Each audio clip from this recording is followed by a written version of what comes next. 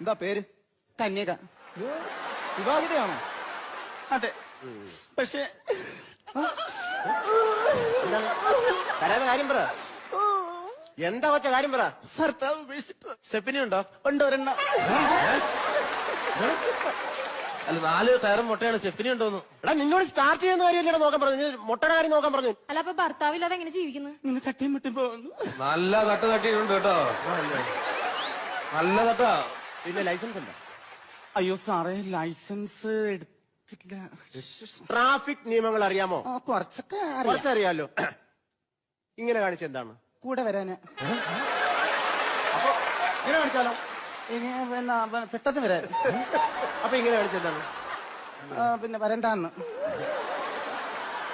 Petty എഴുതി കൊടുത്തോ? 2500 എഴുതി കൊടുത്തു. സാറേ ചീട്ടെടുക്കുവോ?